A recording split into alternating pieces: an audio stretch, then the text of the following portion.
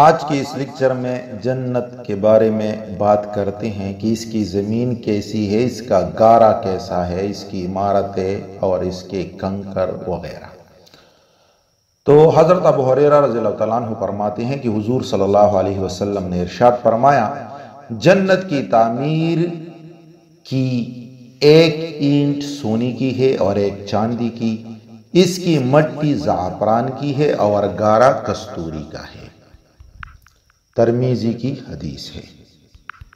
اس طرح ایک اور حدیث میں حضور صلی اللہ علیہ وسلم ارشاد فرماتے ہیں، یہ وہ حدیث ہے جو معراج کی طویل حدیث ہے، اس کے ایک ٹکڑا آپ کے سامنے رکھتا ہوں۔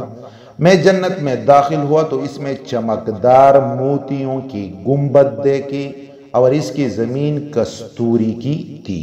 مسلم کی حدیث ہے۔ اس طرح حضرت ابو سعید خدری رضی اللہ تعالیٰ عنہ سے روایت ہے کہ حضور صلی اللہ علیہ وسلم سے ابن سیاد نے جنت کی مٹی کے متعلق پوچھا کہ اس کی مٹی کیسی ہے، تو آپ صلی اللہ علیہ وسلم نے ارشاد فرمایا، نرم و ملائم، سفید، روشن، خالص کستوری کی مٹی ہے۔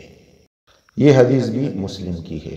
اس طرح اس سے ریلیٹڈ ایک اور حدیث حضرت ابو ہریرہ رضی اللہ تعالیٰ عنہ سے روایت ہے کہ حضور صلی اللہ علیہ وسلم نے فرمایا، جنت کی زمین سفید ہے جس کے میدان کافور کی چٹانیں ہیں جن کو ریت کے ٹیلوں کی طرح کستوری نے احاطہ کر رکھا ہے، اس میں جاری نہریں چلتی ہے، اس میں جنتی جمع ہوں گے، بڑے درجے کی بھی اور چھوٹے درجے کی بھی، یعنی دونوں کیٹیگریز کی جنتی اس میں جمع ہوں گے، اور آپس میں ایک دوسرے سے ملاقاتیں اور باہمی تعارف کرائیں گے۔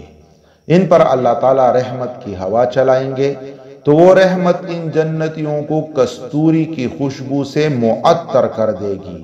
پھر جب جنتی مرد اپنی بیوی کے پاس لوٹے گا اور وہ اپنے حسن اور پاکیزگی میں اور بڑھ چکا ہوگا تو وہ کہے گی، یعنی وہ عورتیں، جب آپ میرے پاس سے گئی تھی تو میں آپ کی حسن پر فریفتہ ہو رہی تھی، لیکن اب میرے آپ کی حسن پر فریفتگی کی حد ہو گئی ہے، یعنی اس ہوا کی وجہ سے اس کے حسن میں اتنا اضافہ ہو چکا ہوگا۔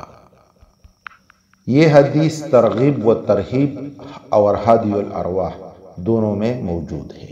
اچھا، جنت میں لوٹ پوٹ ہونے کی جگہ بھی موجود ہے۔ حضرت سہل بن سعد رضی اللہ تعالیٰ عنہ فرماتے ہیں کہ حضور صلی اللہ علیہ وسلم نے ارشاد فرمایا، جنت کی زمین پر لوٹ پوٹ ہونے کی جگہ بنائی گئی ہے کستوری سے، تمہارے جانوروں کی زمین پر لوٹ پوٹ ہونے کی طرح۔ اور یہ حدیث طبرانی کبیر اور کنز الاعمال میں موجود ہے۔ اس طرح جنت کی ارد گرد کیا چیزیں ہیں، تو اس پہ ایک حدیث کوٹ کرتے ہیں۔ حضرت ابن عباس رضی اللہ تعالیٰ عنہ سے روایت ہے کہ حضور صلی اللہ علیہ وسلم نے فرمایا، جنت کے ارد گرد 7 فصیلیں اور 8 پھول ہیں جنہوں نے تمام جنت کو گھیرے میں لے رکھا ہے۔ سب سے پہلے 4 دیواری چاندی کی ہے، دوسری سونے کی ہے، تیسری سونے اور چاندی کی ہے، چوتھی لؤلؤ کی ہے، 5ویں یاقوت کی ہے، 6ٹھی زبرجد کی ہے، 7ویں ایسی نور کی ہے جو چمک رہا ہے۔ ہر 2 فصیلوں کے درمیان 500 سال کا فاصلہ ہے اور اس کے 8 دروازے ہیں، ایک یاقوت کا ہے، ایک زبرجد کا۔ دروازے کے ہر 2 پٹوں کے درمیان 40 سال کے سفر کا فاصلہ ہے، اور یہ حدیث وصف الفردوس میں ہے۔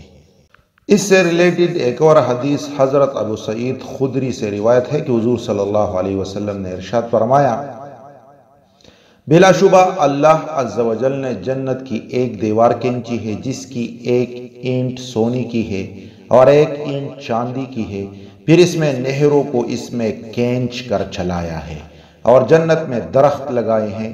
جب فرشتوں نے جنت کی حسن اور چمک دمک کو دیکھا تو کہنے لگی، اے جنت بادشاہ ہو، یعنی مسلمانوں کے محلات کی تمہیں خوشخبری ہو، اور یہ حدیث طبرانی میں ہے۔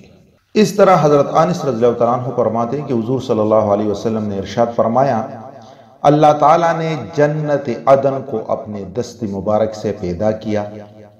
اس کی ایک اینٹ سفید چمکدار موتی کی ہے اور ایک اینٹ سرخ یاقوت کی ہے اور ایک اینٹ سبز زبرجد کی ہے۔ اس کا گارا کستوری کا ہے، اس کی خشک گاس زعفران کی ہے، اس کے کنکر چمکنے والی موتی ہے اور اس کی خاک عنبر کی ہے۔